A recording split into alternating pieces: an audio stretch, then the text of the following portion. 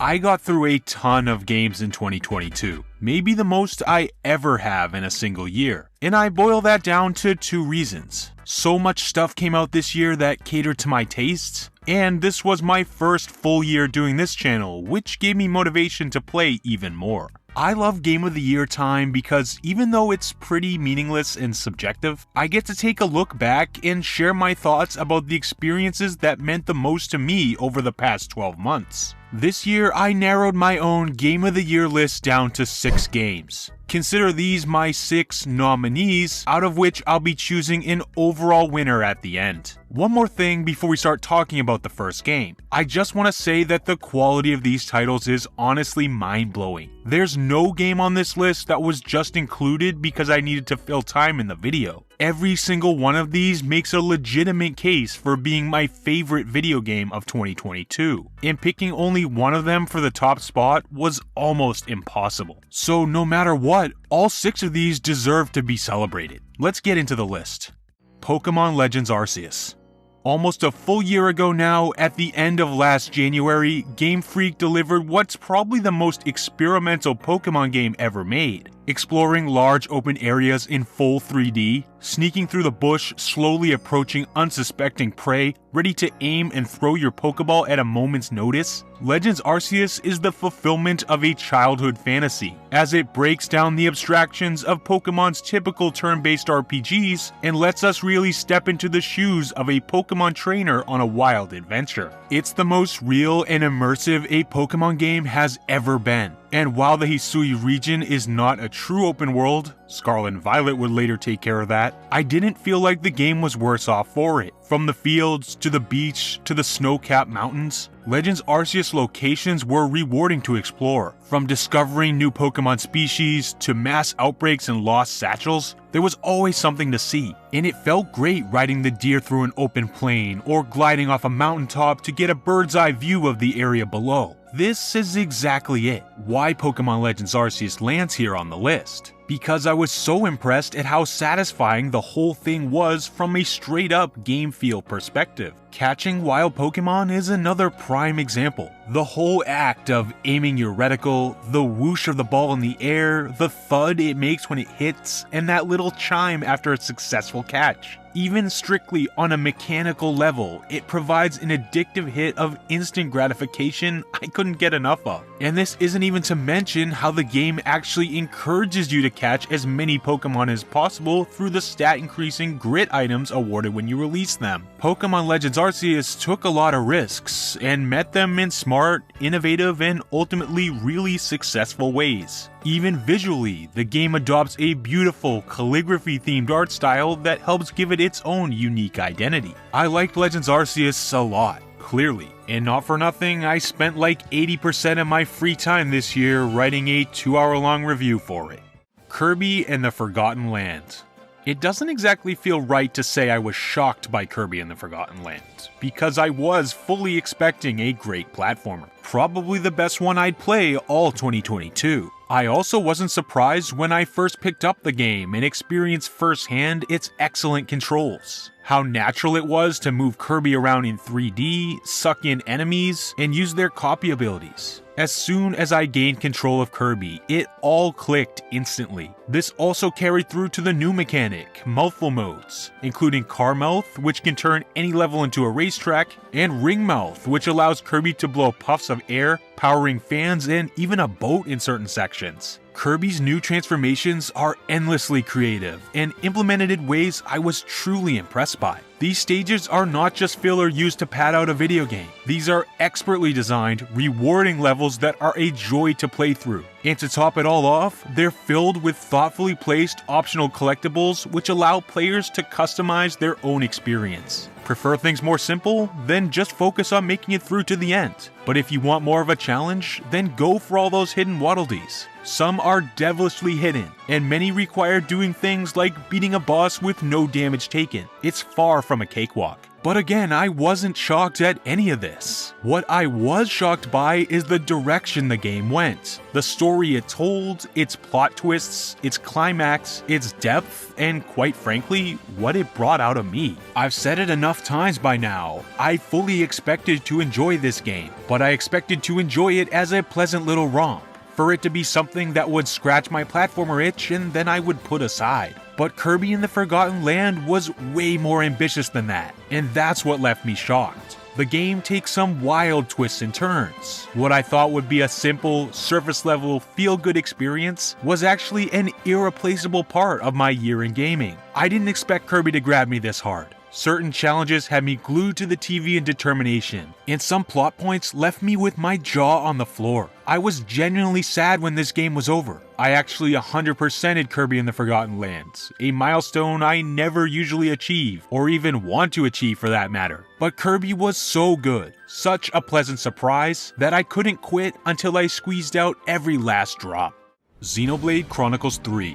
By the time last July rolled around, video game fans could have been classified into two groups. Those who were out of their mind excited for Xenoblade Chronicles 3, and those who simply didn't care. Love it or hate it, you couldn't avoid it this year. I was in the out of my mind group. I've played my fair share of RPGs in my day, it's my favorite video game genre, and this is one of my favorite series. And I'm not alone. The Xeno series is one of the most storied franchises in the history of role-playing games, and creating a game worthy of that prefix is a gargantuan task. I guess I shouldn't have been surprised with Monolith Soft behind the wheel, but Xenoblade 3 is without question a worthy entry in the series. This game took over my summer, my daydreams, and my music playlists. I lived Xenoblade 3 for a good chunk of this year, and still not a week goes by where I haven't searched up a video of it, trying to chase those feelings again. I know these are all silly video games, but for some reason, Xenoblade 3 really got me. It's a little embarrassing to admit, but it's actually the only game to make me cry more than once. The Mobius K cutscene, Chapter 5, and the ending all got waterworks out of me. This is one of the biggest and grandest video game experiences I've ever had,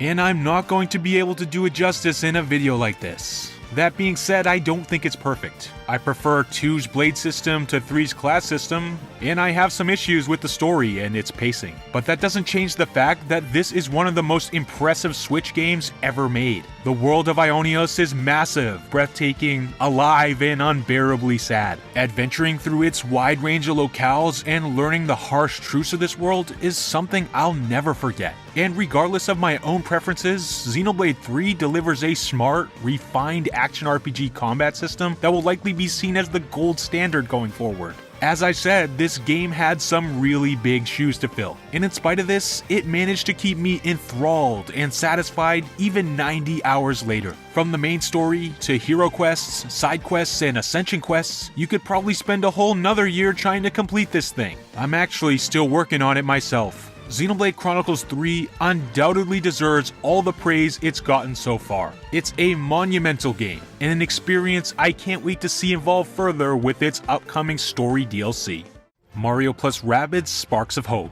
It's pretty hard to combine the insanity of Ubisoft's Rabbids with the timeless appeal of the Mushroom Kingdom universe and not end up with a fun result. So I knew this year's Kingdom Battle follow-up, Mario plus Rabbids Sparks of Hope, was always going to be a good time. Sparks of Hope is an upgrade from its predecessor in just about every way. Although I might still prefer some of the enemy and puzzle design from the first Mario Rabbids game, Sparks of Hope improves upon the original in just about every other way. It shakes things up drastically, completely overhauling the grid-based battles in favor of a new system, where characters traverse the battlefield freely within a given movement radius. This change speeds up minute-to-minute gameplay quite a bit, and allows for a game that feels, in my opinion, much more natural for the Mario characters it features. Also, Sparks of Hope does a good job to encourage character variety within your party. Since equipable weapons were completely removed, I was constantly swapping out characters and replacing them with who I think would work best for any given situation. This is much improved from Kingdom Battle, since in that game, I felt that several characters were lagging behind due to having weak weapons. Sparks of Hope removes that variable, creating a more even playing field for all characters. I really enjoyed trying to make the most of this misfit crew, playing to the strengths of each character. Every unit has a vastly different role in combat, so approaching each battle with a solid strategy is paramount. For example, Rabbid Mario is a bruiser suited for up-close combat, while Luigi's bow shots do more damage the further he is away from a target. And then there are brand new heroes like Bowser, who summons Mecha Koopa minions that will soak up enemy fire, and Rabbid Rosa, who can use her spells to completely lock enemy units in place for a turn or two. If you couldn't tell, I was enamored and completely addicted to this game for a couple weeks this year. I 100%ed Mario plus Rabbids Sparks of Hope and made a pretty cool video about it too. This is by far and away the best strategy game of the year. Bayonetta 3. Bayonetta 3 is probably the craziest video game I've ever played. And while I know a game being crazy doesn't necessarily mean it's good, when it's coming from the team at Platinum Games, craziness usually ends up being a good thing. This time, it doesn't stop at just Bayonetta's wild weaponry and combos. Now we're able to take control of infernal demons, summoning them at any moment during battle. I was completely floored when this mechanic was revealed, and it ended up being so crazy cool I couldn't get enough. It was awesome learning how to wreak destruction with all the different beasts, some of them ranging from crazy awesome like Bayonetta's trusted Gamora to the just plain crazy, like being able to take control of a train and a clock tower. Something I never thought I'd say. One thing I noticed about the first two Bayonetta games is that, at least on the standard difficulties, the whole game basically just revolves around pressing dodge at the right time.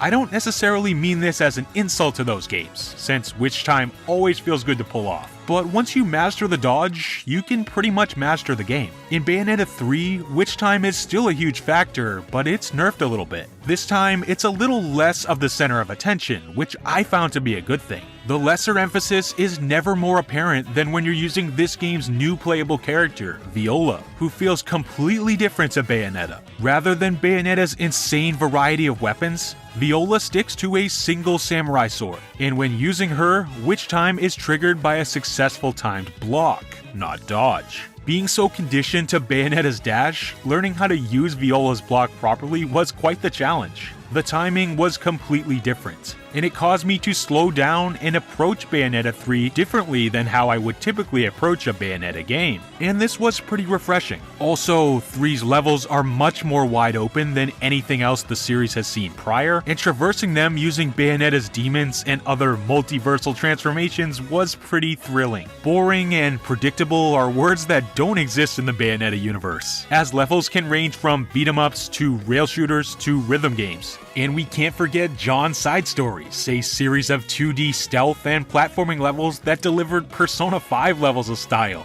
On top of that, a few of Bayonetta 3's bosses are some of the best fights I've played in all of video games, and they never fail to provide that satisfying feeling of triumph when you finally learn the patterns and win. There were some repeat bosses that I felt were lackluster, and there were quite a few plot points that didn't necessarily hit, but at the end of the day, there are few other games that can get me quite literally on the edge of my seat, heart rate up, laser focused, and ready to mash buttons. Pokemon Scarlet and Violet.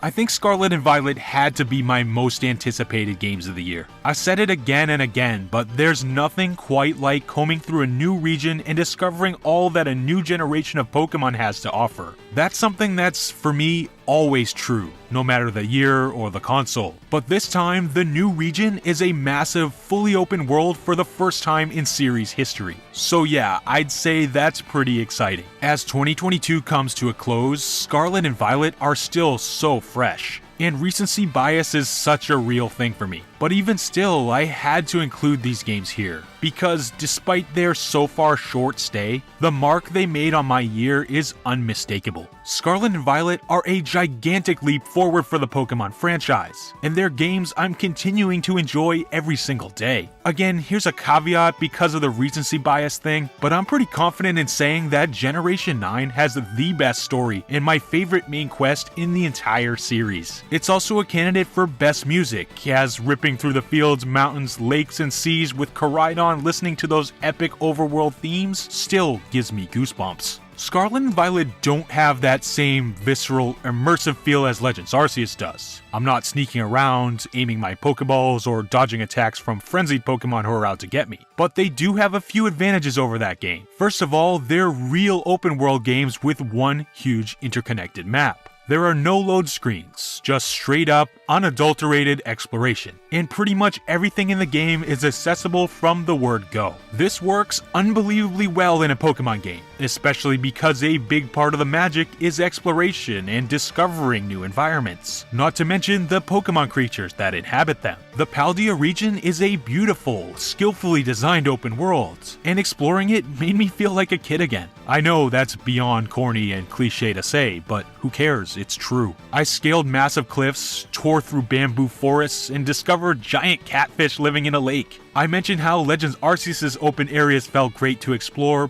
but it hasn't been since Breath of the Wild that I felt this kind of wonder and exploratory bliss. I'm still very much in love with these games, and maybe some of that feeling will fade over time. But right now, I think we'll look back at Scarlet and Violet as games that defined a generation. The new Red and Blue, if you will. They make me more excited than ever for the future of the series. And I'm so glad the Pokemon Company is still making priceless experiences like this for children and adults alike. Even so early on, with these games only just over a month old, I have no choice but to mention them among the absolute best video game experiences of the year. So that's the 6, but I have to pick only one. You know, picking a favorite game this year is like picking a favorite child. It's an almost impossible decision. There were games that put a smile on my face, put my jaw on the floor, and some that even moved me to tears. Needless to say, it was an important year in my personal gaming history, and one I'm going to look back on for years to come. So what's my criteria? What am I looking for in a potential game of the year? Well, for me, it's not very complicated. I want to choose the game that filled me with the most wonder, a game that made me feel something, and a game that stayed with me long after I closed the software. The game I'll look back on several years from now as representative of these last 12 months. And in 2022, there are 3 games that really fit the bill. My number 3 is Kirby. It's a beautiful example of Nintendo's ability to consistently shock, amaze, and deliver near flawless video games that overperform expectations. I don't think anyone who bought the Forgotten Land, even the biggest Kirby plans on the planet, were prepared for what it was going to bring. And that kind of magic, that kind of intangible, that's important. Truly Game of the Year worthy. But there can only be one winner. And choosing between my number 1 and 2 was a big ordeal. I've spent more hours than I'd like to admit thinking about it. For me, the decision is between Pokemon Legends Arceus and Xenoblade Chronicles 3. I've worked on different versions of this video with both games holding the top spot at one point. It was that close. But after some pretty intense debate, I've come to a final decision I'm confident in. It's Legends Arceus. I didn't really think so at the time, but as time has passed, I'm starting to consider Legends Arceus as a serious contender for my favorite Pokemon game ever. And if you couldn't already tell, that's massive praise. I'm especially surprised because it's not really a Pokemon game in the traditional sense. The Pokemon formula hasn't seen changes of this magnitude arguably ever, and Legends Arceus conveyed its ambitious vision with astounding grace. I could go on and on about how smart, well-written, and awe-inspiring this game is. I mean, I waxed poetic about it for nearly 2 hours in my review. There was just no other game this year that felt as satisfying to play in the moment. And even now, I'm already nostalgic for the time when it came out, when it felt like the world shut down, and being a Pokemon trainer never felt so real. Pokemon fans were loving it, and rightfully so. And while now I admit Legends Arceus doesn't have a ton of life left, having done mostly everything there is to do in the game, I don't see myself returning to it very often. But what's important are the memories and impact of Legends Arceus. That's what's going to outlive the game itself. And I feel extremely lucky to have been a part of it. You know what's funny? I named this channel That Nintendo Quality, and the year 2022 is a prime example of why. Every single game that jumped out to me as a potential game of the year was published by them. The quality of their output this year was absolutely crazy. It seemed like everywhere I turned, there was an awesome new Nintendo release around the corner. And there were some other games they put out this year that were really close to making this list as well. So yeah, 2022 in my opinion was absolutely one of the best years in gaming history. And if next year is anything like it, we're in for a really bright future. To end off, I want to give everyone a big shout out for sticking out with me for another one of these Game of the Year videos. And I'll be seeing you later for another year of quality Nintendo content. Thanks for being here.